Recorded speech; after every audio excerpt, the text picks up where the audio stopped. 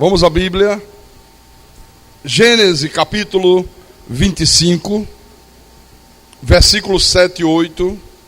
E o tema da mensagem dessa noite é: o que é a morte? O que é a morte, hein? Vamos falar sobre isso hoje. Todos encontraram? Gênesis capítulo 25, versículos 7 e 8.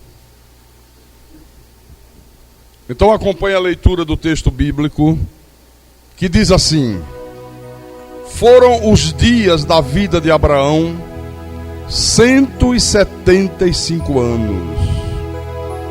Expirou Abraão, morreu em ditosa velhice, avançado em anos, e foi reunido ao seu povo. Morreu Abraão, morreu fulano, morreu cicrano, morreu beltrano. Por que esse tema causa tanto arrepio nas pessoas, né? Por que as pessoas têm às vezes pavor de falar da morte? Nós vamos falar nessa noite. Vamos orar ao nosso Deus em nome do Senhor Jesus Cristo.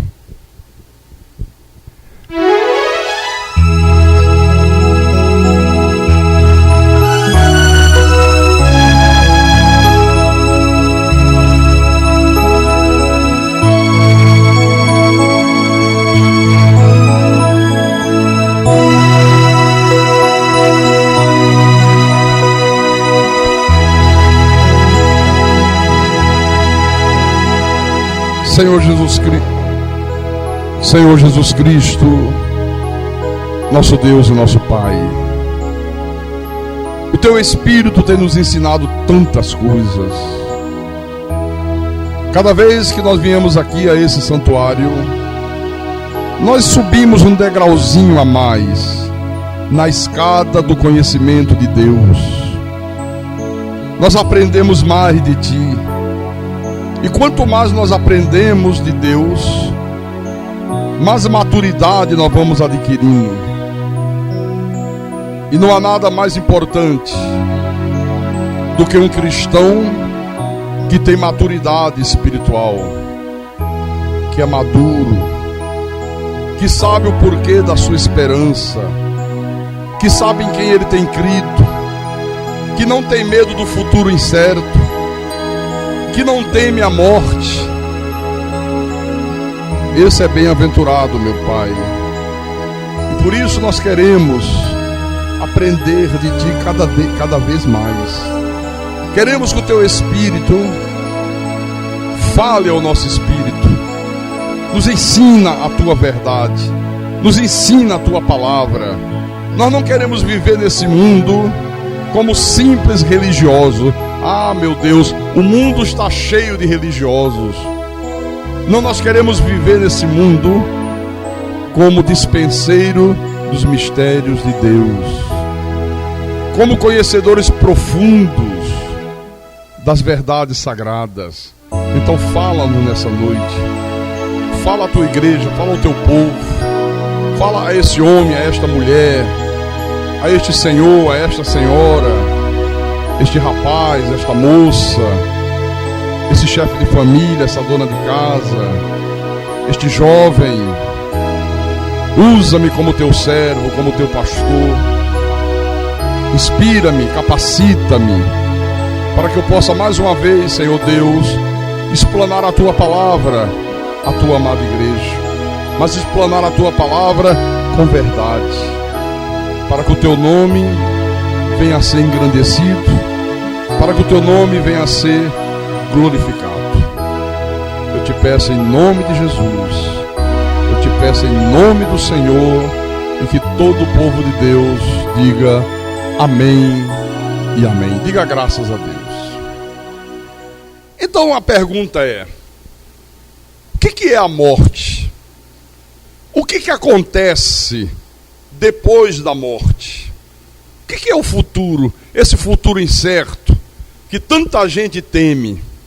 O que está para acontecer ao mundo inteiro? É esse mundo que nós vivemos. Porque nós vemos aí, irmãos, geração sucedendo geração, pessoas sucedendo pessoas, séculos sucedendo séculos. E eu pergunto, será que isso vai continuar assim indefinidamente? Será que isso vai ser sempre assim eternamente? Ou haverá um limite para esse processo? Ou haverá uma hora que isso cessa? São perguntas que muitas das vezes inquietam as pessoas lá fora. Bom, quando nós estudamos a doutrina das últimas coisas, que é a escatologia, ela nos traz respostas para todas essas perguntas. E o cristão, ele tem que ser um dispenseiro dos mistérios de Deus, ele tem que estudar bem a palavra de Deus, porque ele precisa responder a todas as perguntas que inquietam as pessoas lá fora. Ele tem que ter resposta para essas perguntas que as pessoas fazem. Você sabe que é muito interessante, porque quando as pessoas estão vivendo um período de paz, sem problemas, vivendo uma vida de prosperidade, tudo fluindo da maneira que elas querem, via de regra, elas nem se preocupam muito com a morte. Elas nem lembram que a morte existe. E muitas das vezes, elas, como não tem nenhuma importância para elas a vida espiritual, ela diz assim, não, tudo se resume a esse mundo. A pessoa nasce, vive, cresce, morre, morreu, acabou tudo. Morreu é o fim de todas as coisas. Não existe nada mais além da morte. Você sabe que no início do século XX, o século que nós findamos há pouco tempo, o mundo passou por um período de muita paz, de muita tranquilidade. No início do século XX e ao longo do século XX, a ciência teve um avanço extraordinário. O avanço da ciência se tornou uma coisa maravilhosa. E as pessoas achavam naquela época que a vida se resumia somente a essa terra. Elas achavam que tudo se resumia a enquanto você estava nesse corpo de carne. Morreu, ela dizia, cessou tudo, acabou tudo. Então elas imaginavam que a morte era o fim de tudo. Morreu, acabou a história. Fim da história daquele indivíduo, daquela pessoa. Então era por isso que elas não tinham nenhum interesse nessa questão do fim do mundo. Elas não se preocupavam com essas coisas. Mas aí, sabe o que aconteceu? Veio a Primeira Guerra Mundial e as pessoas viram, a partir do momento que a Primeira Guerra Mundial explodiu no mundo inteiro, que a vida, que para elas era uma coisa tão segura, era uma coisa tão estável, era uma coisa tão bem estruturada, tudo isso não passava de uma ilusão, era mera ilusão. Tudo se tornou incerto, tudo se tornou decadente, tudo se tornou desestruturado. E para complicar mais ainda o cenário do mundo, logo em seguida estoura a Segunda Guerra Mundial. Aí complicou tudo de uma vez e para sempre. E para a coisa ficar ainda mais terrível, para o caos mundial se tornar completo, veio o advento da bomba atômica. Quando os Estados Unidos lança a bomba atômica na cidade de Hiroshima. E aí, naquele período, naquele momento, o mundo inteiro passou a sentir que a totalidade da vida é completamente certa. Eles passaram a sentir uma grande insegurança. Eles começaram a ver que a possibilidade de uma guerra com armas atômicas deixava absolutamente claro que era possível a destruição de todo tipo de vida no planeta Terra. O mundo inteiro passou a ficar preocupado. Foi aí que as pessoas começaram a perguntar de novo, o que é isso? O que sucede? Onde isso tudo vai parar? Primeira Guerra, Segunda Guerra, bomba atômica, os países se armando, todo mundo apreensivo, se houver uma quarta guerra, uma terceira guerra mundial com armas atômicas, eles vão extinguir todo tipo de vida no planeta Terra. Então ela dizia, não há mais esperança nesse mundo? Será que haveria esperança em outro mundo? Elas diziam, será que vai existir um mundo vindouro? Será que vai existir um outro mundo? Então, foi a partir desse caos que se abateu sobre todo o planeta, estou falando do início do século XX, que essa questão da escatologia veio à tona novamente. No momento de caos, no momento de perturbação, no momento de insegurança total. É por isso que é muito importante, meus irmãos, nós conhecermos bem aquilo que a palavra de Deus diz sobre todas essas questões, para que nós possamos responder às perguntas das pessoas lá fora. Só que, antes de abordar o problema em relação ao que vai acontecer ao mundo todo, vamos ver primeiro a questão em relação ao aspecto pessoal. Vamos ver primeiro essa questão no que diz respeito a cada indivíduo, a cada pessoa individualmente. Porque você já reparou como é impressionante o medo que as pessoas têm desse tema? Você já prestou atenção? As pessoas tremem de medo. Ninguém quer falar sobre a morte. Tem gente que não aguenta nem ouvir essa palavra. Se começaram a falar sobre morte, não quero nem ouvir falar disso. Bom, eu até entendo, claro, que seja uma coisa natural em relação a pessoas incrédulas, em relação a pessoas ímpias, porque elas não têm nenhuma esperança no que diz respeito à morte, não tem mesmo.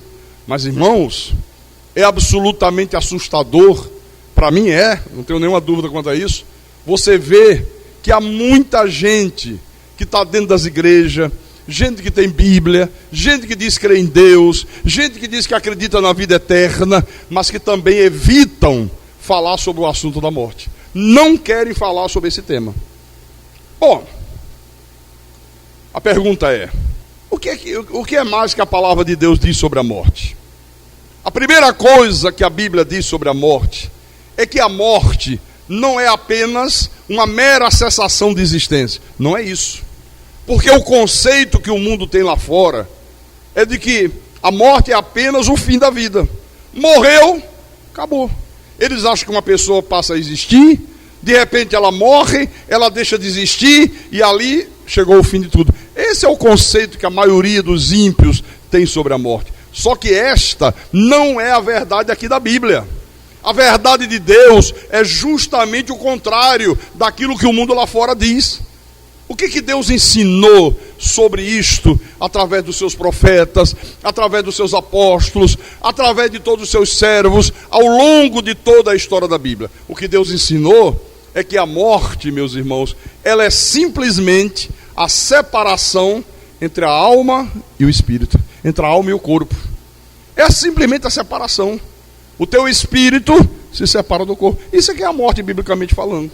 Enquanto nós vivemos nesse mundo, o nosso espírito e o nosso corpo estão perfeitamente ligados, intimamente ligados. Eles formam uma unidade perfeita, corpo e espírito.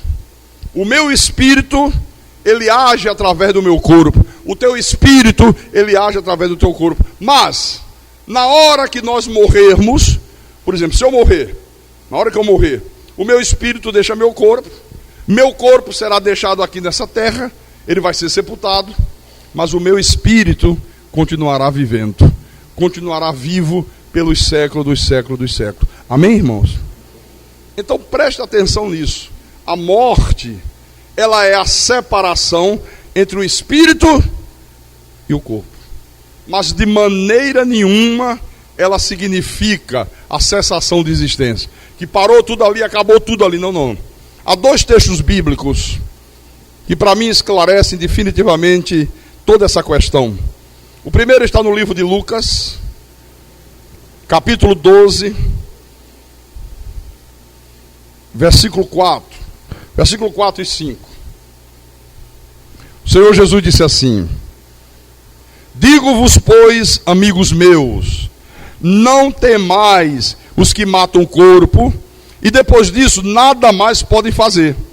Eu, porém, vos mostrarei a quem deveis temer. Temei aquele que depois de matar tem poder para lançar no inferno. Sim, digo-vos, a esse deveis temer. Bom, esse é o primeiro texto. O segundo está em Mateus, capítulo 10, versículo 28. Outra vez o Senhor diz assim: não temais os que matam o corpo e não podem matar a alma. Temei antes aquele que pode fazer perecer no inferno tanto a alma como o corpo. Quer dizer que Jesus está dizendo que existem pessoas que podem matar o corpo. Existe, nós sabemos disso. Mas Jesus está dizendo aqui que nós não devemos temer essas pessoas. Nós devemos temer aquele que tem o poder de destruir tanto a alma quanto o corpo, que é o Deus Todo-Poderoso. Agora, uma pergunta que todo mundo faz é a seguinte: pastor, por que é que nós morremos? Por que existe, pastor Carlos Magno, essa coisa que ninguém consegue evitar, que é a morte? Você já se perguntou? Você já fez para você mesmo essa pergunta? Por que todo mundo tem que morrer? Por que existe essa coisa terrível chamada morte? Por quê? Bom, o ponto de vista de todo mundo é que a morte é uma coisa inerente à vida. Eles dizem que a morte faz parte do processo.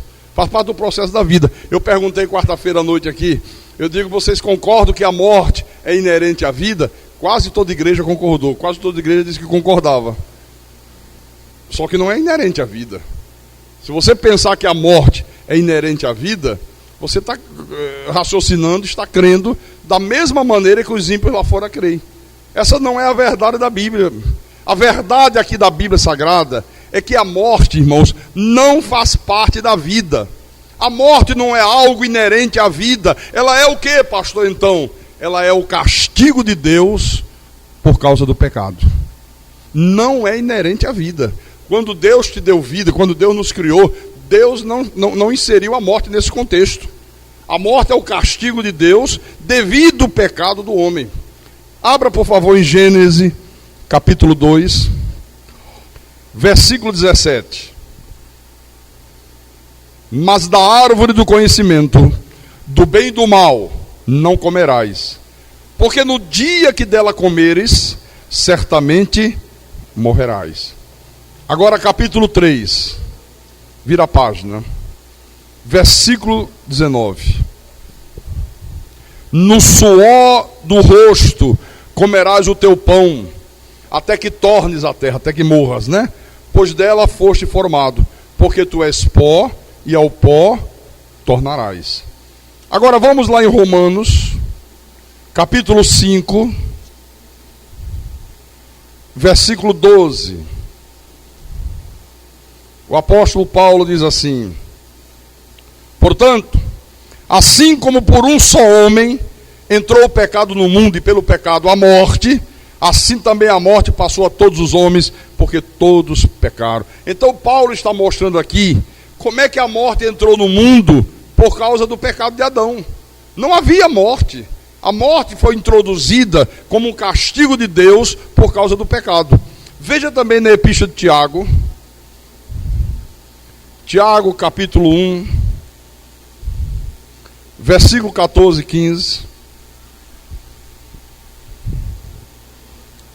Ao contrário, cada um é tentado pela sua própria cobiça, quando esta o atrai e seduz. Então a cobiça, depois de haver concebido, dará à luz o pecado. E o pecado, uma vez consumado, gera a morte. Então a verdade é que a morte, ela foi introduzida, meus irmãos, como castigo de Deus por causa do pecado. Até o homem pecar, não existia morte. E jamais a morte existiria se o homem não tivesse pecado. Então a morte não é inerente à vida. Mas aí tem aquela pessoa que diz assim: pastor Carlos, tudo bem, eu aceito isso, eu creio nisso que está na Bíblia, mas eu pergunto, pastor, por que é que um eleito de Deus tem que morrer? Eu admito, pastor, eu compreendo, eu creio, eu entendo que a morte seja o castigo pelos pecados. Mas pastor, se eu já criei em Jesus, se os meus pecados já foram todos eles perdoados lá na cruz do Calvário, se eu já estou justificado, se eu já estou reconciliado com Deus, por que então eu tenho que morrer? Ele já me perdoou, Ele já pagou o preço dos meus pecados, Ele já me tornou justo aos olhos de Deus. Então por que ainda eu tenho que morrer? É a pergunta. Olha, essa é uma questão muito interessante. É uma questão muito importante. E ela tem uma outra faceta. Porque há muitas pessoas que usam esse mesmo argumento e dizem assim: Olha, o cristão jamais deve adoecer. Não pode um cristão ter doença, porque a morte de Jesus na cruz do Calvário tratou de todos os problemas do pecado, tratou de todas as consequências que o pecado trouxe para a vida do homem. O R.R. Soares fala muito isso na televisão. Você não pode ter doença, você não pode viver enfermo. Jesus já carregou as nossas doenças e as nossas enfermidades. Você vê que esse tipo de argumento é exatamente a base, o alicerce de todos esses movimentos populares de religião, de todos esses movimentos que ficam preconizando no rádio e na televisão a cura mediante a fé. É a base de todos eles. Então eles afirmam categoricamente que o cristão, que um filho de Deus, jamais deveria ter nenhum tipo de doença, porque a cura já nos foi dada na cruz. É como a pessoa que pergunta: se Jesus na cruz pagou o preço dos meus pecados, se Jesus na cruz solucionou todo o problema do pecado, por que eu tenho que morrer? É o mesmo argumento, é o mesmo raciocínio. Olha, por favor, abra agora a Bíblia, em Mateus capítulo 8, vou mostrar o que é que eles citam para justificar esses argumentos. Mateus capítulo 8, versículo 16 e 17. O texto bíblico diz assim: chegada a tarde, trouxeram-lhe muitos endemoniados, e ele meramente com a palavra expeliu os espíritos e curou todos os que estavam doentes, para que se cumprisse o que fora dito por intermédio do profeta Isaías: ele mesmo tomou as nossas enfermidades e carregou com as nossas doenças. Então eles dizem, baseado nesse texto aqui, que lá na cruz do Calvário, Jesus cancelou todas as consequências do pecado, que ele carregou com as nossas enfermidades, e que por isso ninguém mais pode ficar doente. Um cristão, um filho de Deus, não pode ter enfermidade. Todos têm que ser curados. Esse é o argumento que se usa. Bom, com respeito à morte física, tanto o eleito de Deus como o ímpio tem que morrer. Todos morrem. Só, irmãos, que para nós que somos de Deus, existe uma promessa. Essa é a grande diferença. Para você que é de Deus, para você que é um eleito de Deus, existe uma promessa que os ímpios não têm. Qual é a promessa, pastor? Vamos lá em Romanos. Romanos capítulo 8, versículo 23. Olha o que Paulo diz à igreja: e não somente ela, mas também nós, que temos as primícias do Espírito, igualmente gememos em nosso íntimo. Olha a promessa: aguardando a adoção de filhos, a redenção do nosso corpo. Quer dizer que todos nós estamos aguardando que o nosso corpo seja libertado da morte, seja libertado do pecado, seja libertado da enfermidade, quando nós receberemos de Deus um corpo glorificado. Porque, olha, Deus poderia ter nos tornado perfeitos imediatamente na cruz. Poderia ou não poderia? Ele poderia ter abolido a morte, ele poderia ter abolido toda e qualquer enfermidade imediatamente. Mas o problema é que Deus soberanamente decidiu que as coisas não seriam dessa maneira. Irmãos, quando Jesus curou os enfermos, quando Jesus repreendeu a fúria do vento, repreendeu a fúria do mar, você lembra desses episódios? Jesus estava demonstrando naquele momento que há um Deus que é todo poderoso, que há um Deus que tem poder para anular todas as consequências do pecado, todos os efeitos do pecado nesse mundo. Eu sei, é verdade, Jesus curou os doentes, mas eu pergunto, quantos doentes no tempo de Jesus que não foram curados? Quantos que não foram curados? Quantos que não experimentaram o milagre da cura? E aqueles que foram curados continuaram vivendo, envelheceram e lá na frente morreram. Num determinado momento, Jesus fez cessar uma grande tempestade que se abatia sobre o mar da Galileia, né? Ele demonstrou o poder que ele tem sobre as consequências do pecado, sobre a natureza. Porque até o homem pecar, a natureza não era hostil ao homem. O homem não era hostil à natureza. Mas eu pergunto para você, em nome do Senhor Jesus Cristo: Será que naquele momento que Jesus acalmou a força do vento, a fúria das águas, todas as calamidades da natureza acabaram para sempre? Sim ou não? Claro, evidente que não. Então o que a gente entende? O que Deus quer que nós entendamos? Que os milagres realizados pelo Senhor Jesus provaram que Ele era verdadeiramente o Messias. Mostraram de uma maneira clara, profunda, definitiva, que o reino do Senhor tem o poder de reverter todos os terríveis efeitos do pecado. Era para demonstrar isso. Era esse o objetivo dos milagres. No dia da segunda vinda, que é o que nós aguardamos com tanta ansiedade, o Senhor Jesus fará tudo isso de uma vez e para sempre. Aí será de uma forma total e definitiva, meu irmão. Mas até lá não pode ser assim. Agora, ainda que nós, que somos de Deus, estejamos sujeitos à morte, e todos nós estamos, a nossa visão da morte tem que ser uma coisa completamente diferente da visão dos ímpios lá fora. Por que tem que ser diferente, pastor? Por causa do conhecimento que Deus tem nos dado. Nós não podemos ter a mesma visão que o incrédulo tem da morte. Por exemplo, vamos ver o que Paulo diz em 1 Coríntios. 1 Coríntios, capítulo 15, versículo 53 em diante. Olha só. Ele diz assim. Acharam todos ou estou indo muito rápido? Eu espero, pode achar. 1 Coríntios, capítulo 15, versículo 53 em diante. Então agora eu vou ler. Paulo diz: porque é necessário que este corpo corruptível se revista da incorruptibilidade, e que o corpo mortal se revista da imortalidade.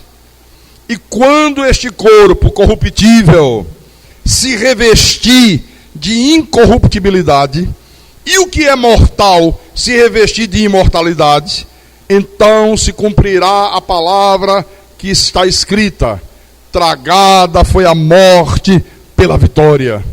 Onde está, ó morte, a tua vitória? Onde está, ó morte, o teu aguilhão? O aguilhão da morte é o pecado, e a força do pecado é a lei. Graças a Deus que nos dá a vitória por intermédio de nosso Senhor Jesus Cristo. Aleluia. Então veja, irmãos, no reino eterno de Deus, todos nós que somos de Deus, todos nós que somos eleitos, todos nós que temos nossos nomes arrolados nos céus, escritos no livro da vida, nós receberemos de Deus um corpo glorificado, um corpo sem a semente do pecado, um corpo que não estará sujeito nem à corrupção, nem à morte. Olha que promessa espetacular de Deus.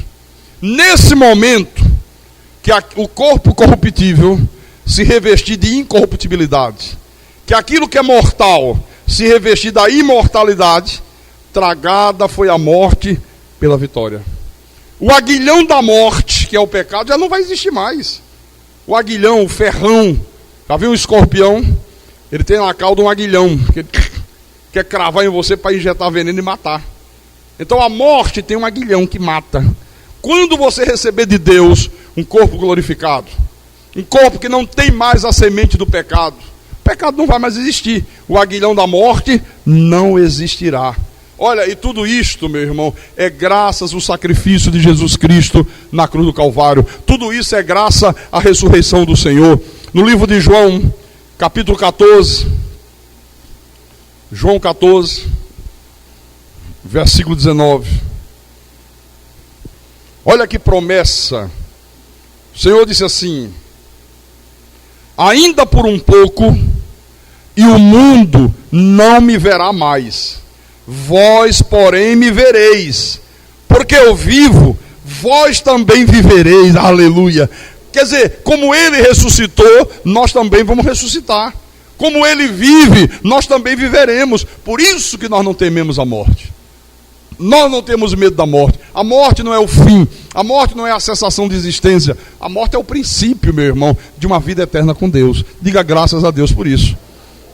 Olha o exemplo de Paulo, que diz em Filipenses capítulo 1, versículo 21. Preste atenção nas palavras do apóstolo. Ele diz: porquanto, para mim, o viver é Cristo, e o morrer é lucro. Você já viu alguém dizer isso? Que o morrer é lucro? Olha, para mim o viver é Cristo, e o morrer é lucro. Entretanto, diz o apóstolo, se o viver na carne traz fruto para o meu trabalho, já não sei o que hei de escolher. Ora, de um e outro lado, estou constrangido, tendo o desejo de partir e estar com Cristo, o que é incomparavelmente melhor. Quer dizer que esse homem aqui, ele não temia nem a vida nem a morte. Para o apóstolo Paulo, a morte significava apenas partir, significava apenas prosseguir viagem, significava apenas você se libertar das limitações desse corpo de pecado. Isso, olha, para mim o partir, estar com Cristo, é incomparavelmente melhor do que estar nessa vida, do que estar nessa terra, do que estar nesse corpo de pecado. É incomparavelmente melhor. Acabou o sofrimento, acabam-se as dores, acaba-se tudo aquilo que nós enfrentamos de ruim aqui nesse mundo. Esse versículo 21 aqui, olha, ele é um teste valioso para a nossa vida, viu? Para mim, o viver é Cristo e o morrer é lucro. Tem gente que diz assim: para mim, o viver é ganhar dinheiro, o morrer é perder tudo. É verdade, irmão. Creia nisso, por favor. O outro diz assim: para mim, o viver é a fama, o morrer é ser esquecido. Não, para nós cristãos vale isso aqui, ó. O viver é Cristo e o morrer é lucro. Deixa eu mostrar para você. Lá no livro de Apocalipse. Vamos lá no livro de Apocalipse. Capítulo 21. Deus mostrou a João uma visão extraordinária do que nos aguarda lá na frente. E João escreveu para a igreja e disse: vi novo céu e nova terra. Por que ele vê novo céu e nova terra? Porque aquilo que é corruptível vai se revestir da incorruptibilidade. Essa terra que se tornou maldita, Deus destrói toda a terra e Ele faz tudo novo. Amém? Por isso que nós receberemos um corpo glorificado. Então ele diz: eu vi novo céu e nova terra, pois o primeiro céu e a primeira terra passaram, e o mar já não existe. Vi também a cidade santa, a nova Jerusalém, está falando da igreja, que descia do céu, da parte de Deus, ataviada como noiva, adornada para o seu esposo. Versículo 3. Então, ouvi grande voz, vinda do trono, dizendo: eis o tabernáculo de Deus com os homens. Deus habitará com eles. Eles serão povos de Deus, e Deus mesmo estará com eles. Versículo 4. E lhes enxugará dos olhos toda lágrima, e a morte já não existirá. Não haverá luto, nem pranto, nem dor, porque as primeiras coisas passaram. Versículo 5. E aquele que está sentado no trono disse: eis que faço novas todas as coisas. E acrescentou: escreve, porque estas palavras são fiéis e verdadeiras. Disse-me ainda: tudo está feito. Eu sou o alfa e o ômega, o princípio e o fim. Eu a quem tem sede darei de graça da fonte da água da vida. O vencedor herdará estas coisas, e eu lhe serei Deus, e ele me será filho. Então, o cristão não pode ter medo da morte, irmão. Porque só pode ter medo da morte Quem não tem conhecimento de Deus, quem não é eleito de Deus, quem não é amado de Deus. Nós que somos de Deus, nós que conhecemos todas essas promessas, temos que ter a mesma visão, o mesmo pensamento que o apóstolo Paulo tinha. O partir, o estar com Cristo, ele disse, é incomparavelmente melhor do que estar nessa vida. E é verdade ou não é? É ou não é, irmão? Por isso, quando você perde um ente querido, alguém da tua família cristã, uma pessoa de Deus, de repente a pessoa faleceu, olha, aquilo não foi o fim. Aquilo foi só apenas um até logo, até breve. Olha, estou partindo, vou continuar a minha caminhada. Lá na frente a gente se encontra outra vez.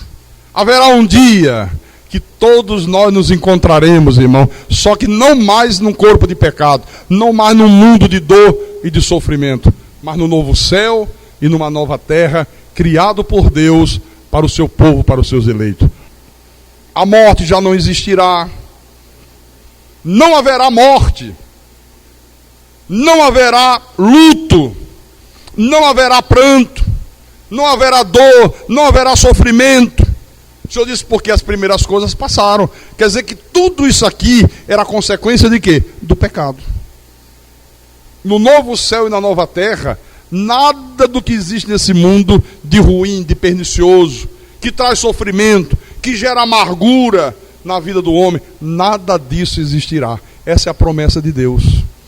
É isso que nos aguarda, é isso que nos espera. Por isso que não pode um crente, não pode um eleito de Deus dizer que tem medo da morte. Não pode um eleito de Deus se desesperar na hora que um ente querido morre. Ele está negando a própria fé. Ele está dizendo, quando ele se desespera, que tudo aquilo que ele dizia crer, que tudo aquilo que ele dizia acreditar, no que diz respeito a uma vida eterna com Deus, era só da boca para fora. Vocês estão compreendendo isso? Vocês entendem isso? Você está preparado para isso? Você está preparado para a morte? Você está preparado para enfrentar a morte quando o ente querido seu morre? Eu estou. Pastor, mas quando a gente perde um ente querido, quer dizer então que a gente não pode nem chorar? Não, pode e deve. Se você não chorar, então você é feito de aço. Porque vem a saudade. Claro, isso é natural, absolutamente natural. Mas é uma coisa que você faz dentro de um limite. Não é aquela coisa descontrolada, não é aquela coisa que faz a pessoa entrar em depressão. Tem gente que diz, para mim a vida acabou, meu pai morreu, acabou a vida para mim, minha mãe morreu, para mim a vida chegou ao fim, perdi a esposa, perdi o marido, acabou tudo. Não, acabou tudo não. Por que acabou tudo? E cadê a tua esperança? E você não crê na vida eterna com Deus? E você não crê que aquela pessoa já está numa condição muito melhor, incomparavelmente melhor do que a tua? Então, se crê, por que se apavorar? Por que se desesperar? Por que entrar em depressão? Por que perder a motivação com a vida?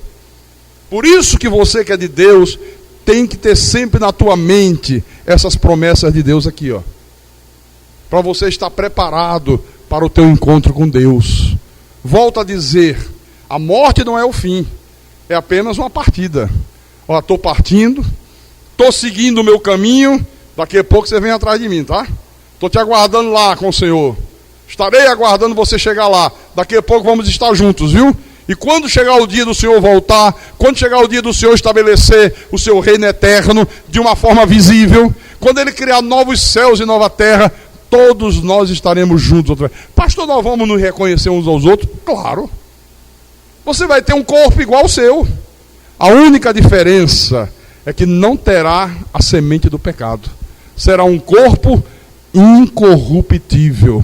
Será um corpo imortal, que não morrerá mais. Mas você terá essa mesma aparência aí. Eu vou olhar para você. Rodrigo Júnior, tudo bem, querido? Lembra a gente lá juntos, fazendo a obra da igreja? Pastor, que bênção, que maravilha, né? Você lembra Jesus no Monte da Transfiguração? Quem é que apareceu lá?